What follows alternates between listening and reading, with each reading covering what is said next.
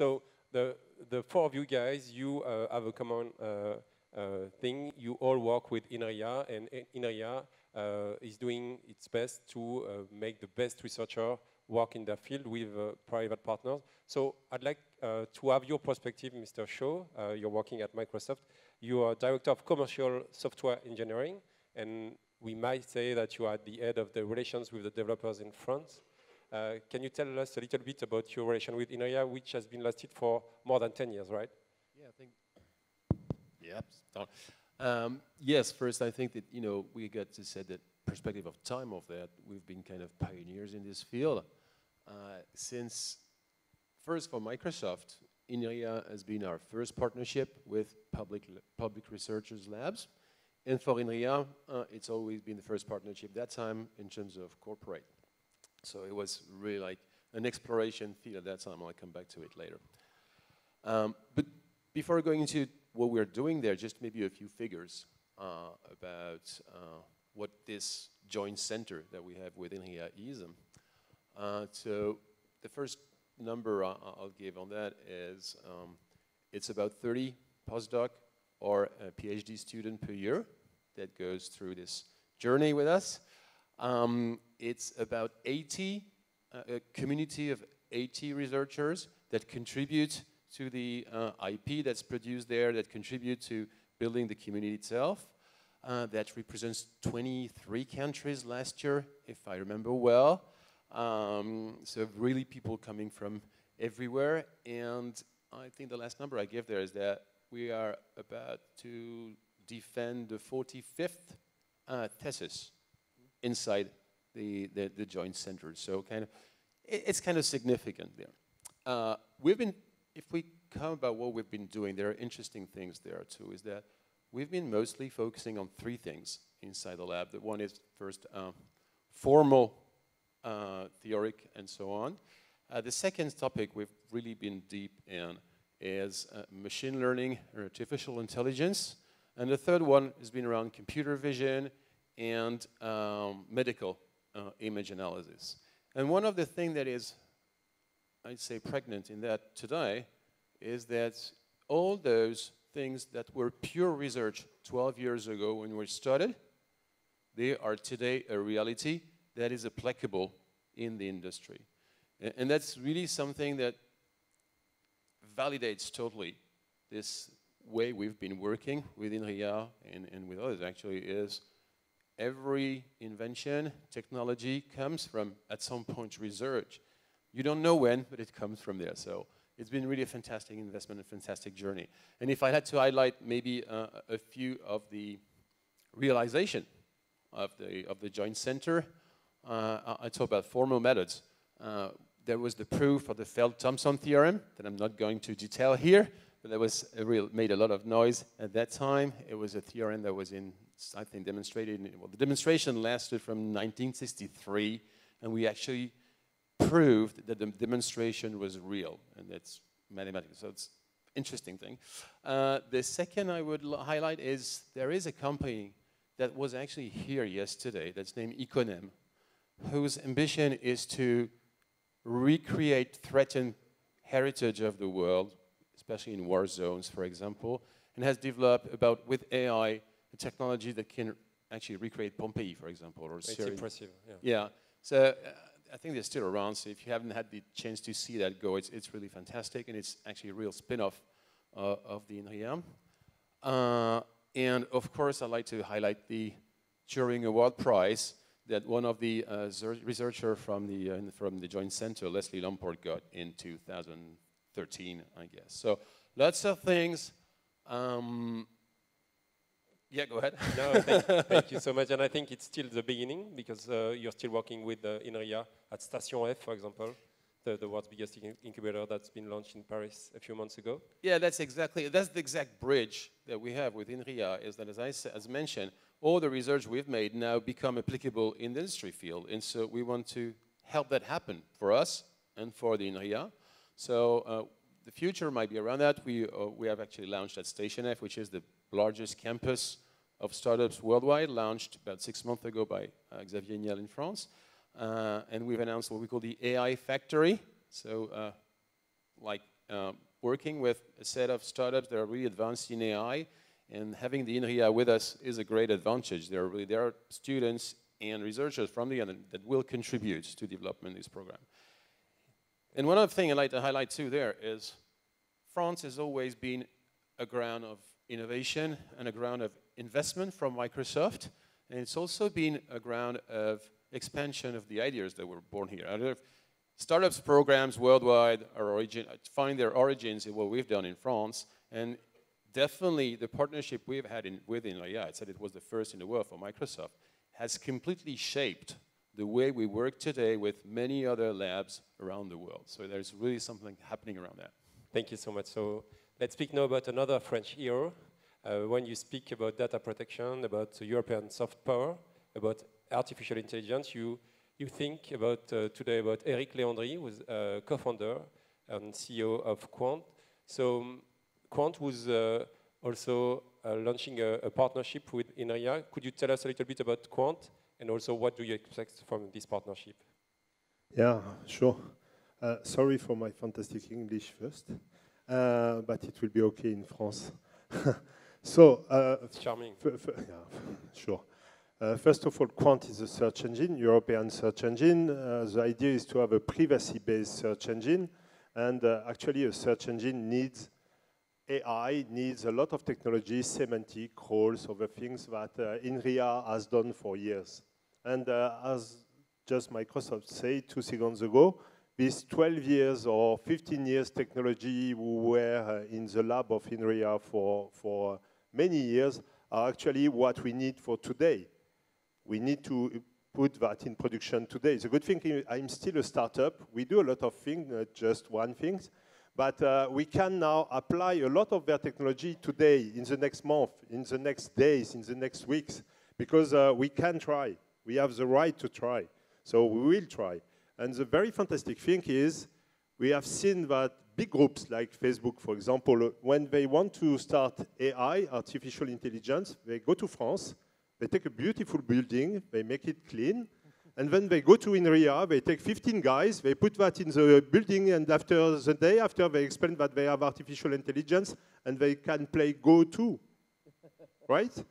So why let them go? We should have them with us, we should have them inside of Qwant, we should have them with real partnership here, using European technology and capability to create B2C in Europe, and not only B2B. Because for B2B, we are very good, really good, I think so. For B2C, we should be a little bit more, let's say, pushy and try our technology on the market before. And the head of AI at Facebook is a French guy, Yann Lequin. But also you told me a bit earlier that you wanted to have a new kind of partnership, like more sharing knowledge for Inria and for Qwant. Yeah, the thing is we are near, right? So in the south of France here, in Grenoble, in Paris, everywhere, and they have a lot of fantastic technology, a lot of fantastic researchers. Some of them want to create startups.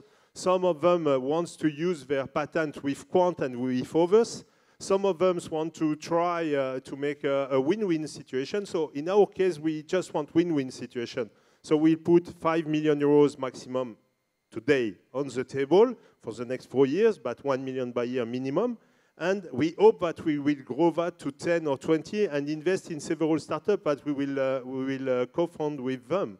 So the whole idea here is more to have a relationship with Inria, like you can have a relationship in Israel with the Ternion, than just go there, take the good people, take the good engineers, and take at the same time all the patents for zero, which is not the case here. But I have seen 2 cases, actually in France, who just take directly inside of this fantastic thing, which is co-funded by all our IRS. Yes, it's because of what we give to the tax that Inria exists, and it's because of that that all that kind of technology is available for us. So you want a win-win partnership, right? So, and now let's speak about another European hero, Willem Jonker. Willem, your idea of EIT Global Digital, and EIT is a European institution that has a key focus. One of them is education. Another one is to to make Europe have more scale up, to make Europe cool again, right? Could you tell us about your mission, your day-to-day mission, and why you're working with Inria as you're working with 170 big corporation, I think? Yeah, thank you very well. I think one thing I want to say first, both Inria but also Nokia are important reasons that we as EIT Digital exist at all. Because before the institute was even there, they have been really strong promoters of building at the European level an ecosystem to fuel innovation in Europe. And that also addresses the topic that you brought. So I think without Inria, Nokia and other large players, we would not be there. So that's for me already an important reason for being here with Inria. We are building a European ecosystem, and I very much liked the model. We of course are all scientists and we like to build models, but we also know that reality is not always complying exactly to the models that we put on slides. So if you look at innovation, it's pretty diverse nowadays. I mean, you see things straight coming out from science into the market, and you see things indeed going in a more global approach through an ecosystem and taking more time. So and this diversity requires a very agile ecosystem to support this, and that's what we are actually building. So one mission is build the ecosystem, but of course you don't build the ecosystem just for fun, you have to deliver from the ecosystem. And we deliver actually along 3 axes. So we deliver incremental innovation into existing players, we deliver disruptive innovations through scaling up ventures, because that's also a big issue in Europe. We create a lot of startups, we don't grow a lot of them to world players, so that's where we focus. And then of course to do all this, it was said already before, companies are populated by people. So skilled people with the right skills in digital is a very important part of innovation. And we even say without education there is no innovation, right? So that's what actually we are focusing on. And you've got partnership with many European universities like Fraunhofer Institute, for example? Correct. So we, of course, here in France, we have a strong ecosystem with strong universities where we do education programs, PhD programs. We have 600 master students in our education programs across Europe. But we're also working in Germany with Fraunhofer. We're in Finland, of course, also with Nokia and with VTT. And we work with Imperial College in London. So we are, meanwhile, in 15 locations in Europe, 14 in Europe, and 1, of course, you need to be in San Francisco if you want to stay connected to what's happening in Silicon Valley. And Willem, is the digital union, is it important? What are the key things? You know, we are trying to get a European single patent, for example, policy. Do you think we should have the same market, but also the same laws in terms of regulation of tax? You know, we're speaking a lot about the papers today. And what are the big priorities, do you think, for Europe to get more financing? Or you just mentioned education, but I could say a few things that are of course important. So first of all, it starts with a global mindset. So for example, I'm asking very often people, okay, what were we doing while Facebook was conquering the world? And I think every country in Europe had its own version of Facebook, and they're all gone, right? So one thing is a global mindset. And then we are enormously hindered by the fact that we have all the European national countries have a very small home market.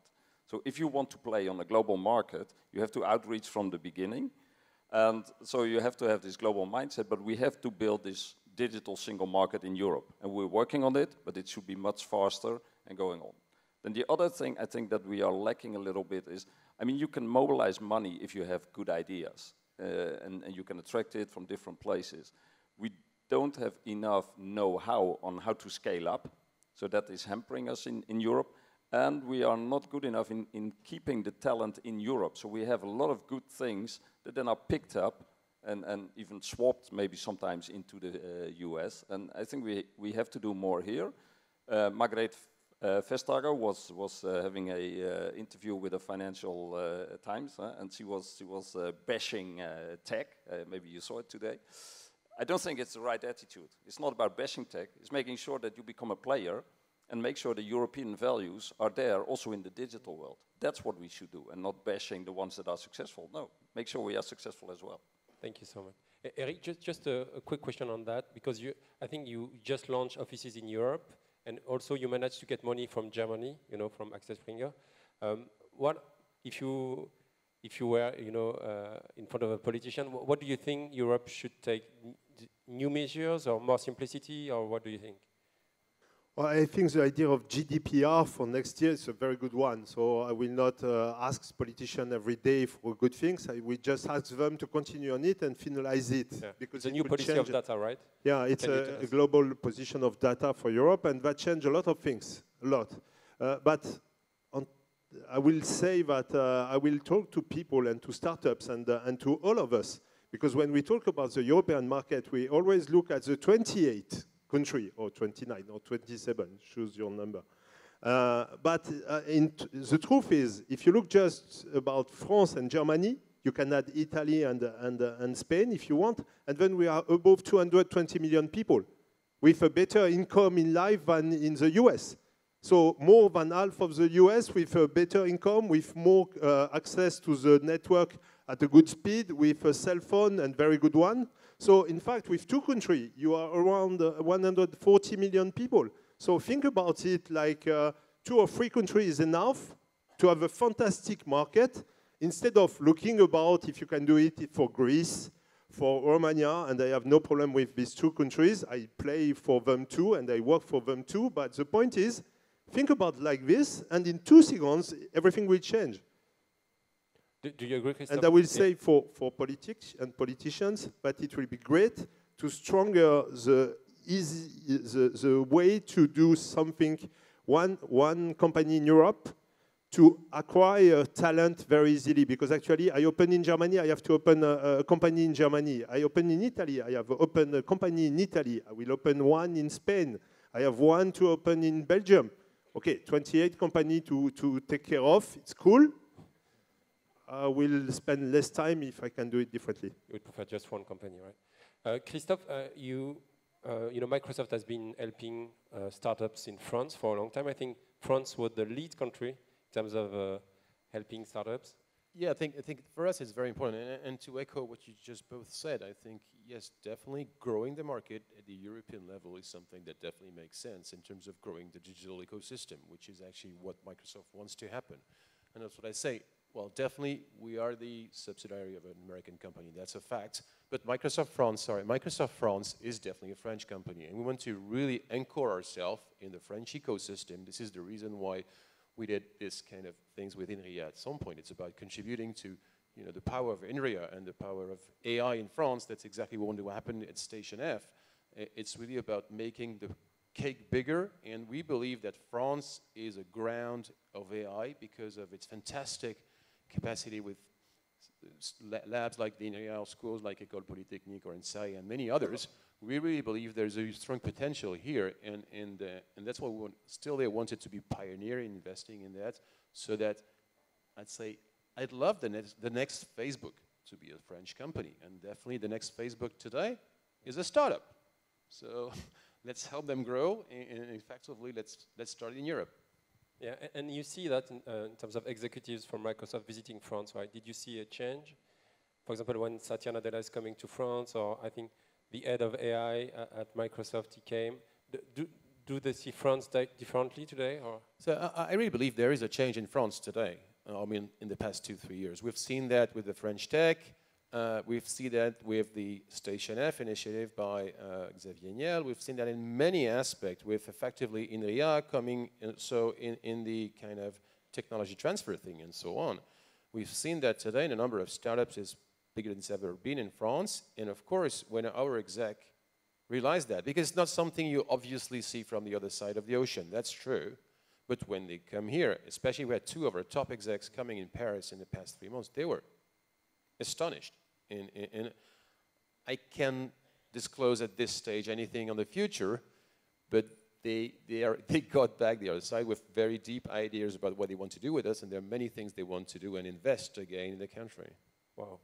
Marcus, did you know, honestly, about Station F before today? Have you heard about that? It's a large incubator in the south of Paris. And I did, because I have Jean-Luc, and he's the god of Bell Labs, and so he keeps me informed. But I want to comment on the scaling thing, because I think you're right. So I live in the US but grew up in the UK. So I'm isolationist by nature. No, I'm just kidding. Because this is the big question. Every time we come to Europe, why are startups not growing and scaling here, but they do in the US? I always come down to one thing, and it relates to the points you made. It's actually quite easy to pick two countries in Europe and become a big deal, right? You could argue the US population, a third of it's Spanish-speaking, so eliminate that from your Googles, etc., and you're 200 million, you've got two countries, and it's ambition. The US is a rabidly ambitious place. Even though the states fight with each other, there is a national ambition, and there isn't a national, pan-national European ambition. China, ambitious place, government-dictated ambition, admittedly, but it's another successful model. The point is you need this overarching ambition, and that drives scale. It means billions end up in venture capital funds, not tens of millions, or 100 million. I'm involved at a couple, they're 80 million. You know, Andreessen Horowitz alone is $1 billion. So that scaling, and as you know, Silicon Valley uses that money to win, because they pick a winner, and then they put 500 million into that company, and by definition, it wins. Right? You win with money, frankly, because if your ideas are equally good, you win with money. And so it's naked ambition, whether it's government dictated or just cultural, which is the US. That's always my answer. Do you agree or disagree with that? Eric, do you agree? Yeah, you're absolutely right. But what is very funny today is, for example, when you lose your cash with one big group like Uber, then you can put 1 billion again in the competitor, right? Yeah. Okay, that's just not possible in Europe. Yeah. If you are Orange, you can't do this with the two competitors who own the whole market. So just think about it with the same rules. If we continue with two rules different on the same field, it's like playing football. We play football with foot, and they play US football. So if we continue that way, we are all on the internet and we don't play the same game.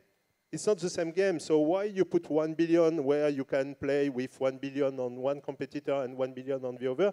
Here, if you choose the one, you can't choose the other one. Legally, you can't choose to invest in the other? The fantastic thing will be to continue on the privacy model next year, and especially because, for example, at Inria, you have all the models fooled already by the people, because we already think in Europe that there is a third way. The capitalism way is very simple. You bring just money, a lot, on the table, and then you try to get everything. With the cash, the Chinese model is very simple. You want to block everything. And the third way could be to share, to have a way with sustainable, to grow enough, and to share the economy with several companies and respecting the users. And I really think that could be a fantastic way. So I want to add to that, because I want to be optimistic. My industrial speech, which is not a consumer speech anymore, you can argue the US won in consumerism, but lost in industrials.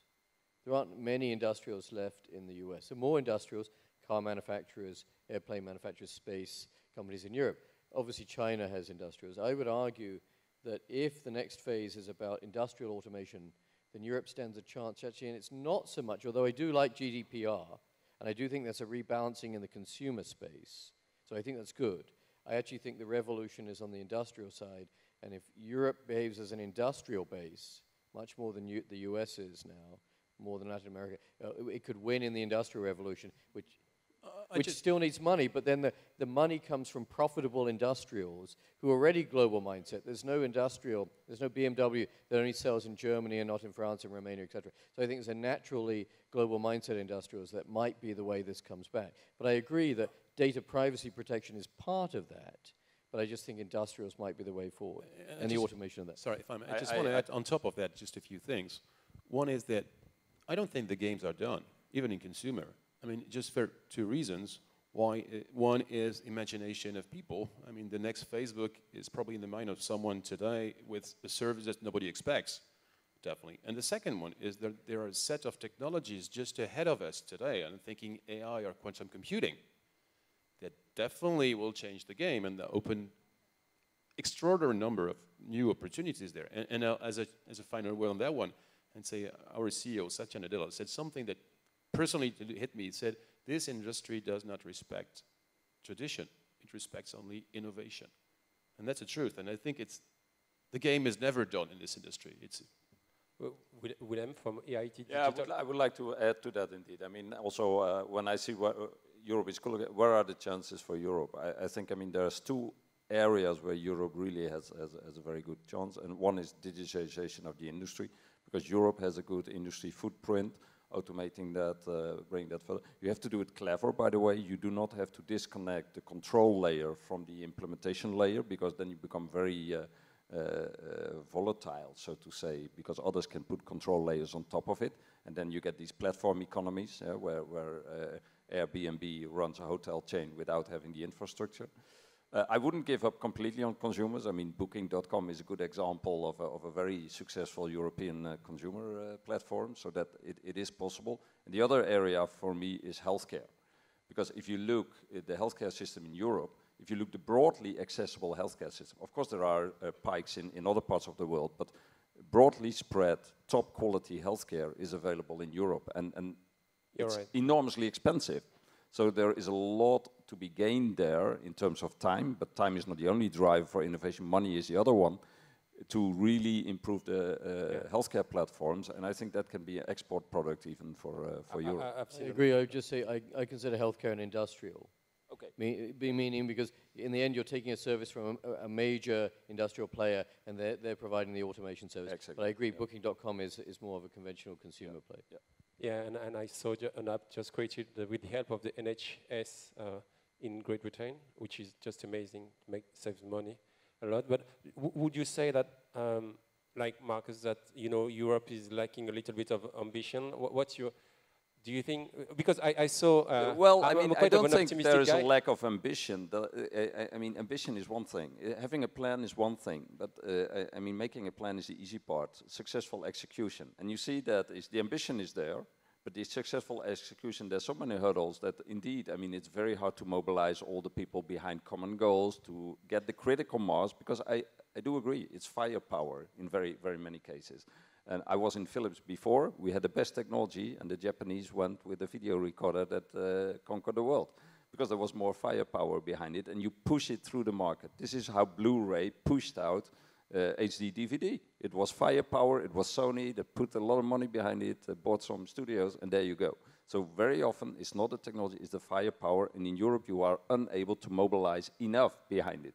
Even the EIB, the EIF, you get a fund of fund, compartments, small compartments, and then you end up with a couple of 100 million, and you won't win it. And yeah. I fully agree. Yeah, more scale up and maybe more unicorns. We've seen this ranking from CBS Insight. Yeah, unicorns. I mean, I like unicorns in terms of turnover rather than valuation, to be honest. So let's go for that. I agree with your point. That's why I use the term naked ambition. The naked part isn't meant to mean, it means unfettered ambition, which means it just keeps going. It's driving ambition, as opposed to ambition. You can say, yeah, I want to go here and I do nothing about it, but it's driving ambition. Indeed. I think you're absolutely right. Yeah. There is a fantastic example of all what you are saying is here. The map has been acquired from Nokia by Volkswagen, BMW, and I think a third one, but yeah, I would think Volkswagen, BMW, maybe Porsche in the middle. So Daimler, thank you, Mercedes. That's a great miss. Okay. So to be clear, if you look at the way we do it in Europe, so we acquired that product was cost billions to Nokia, billions to make.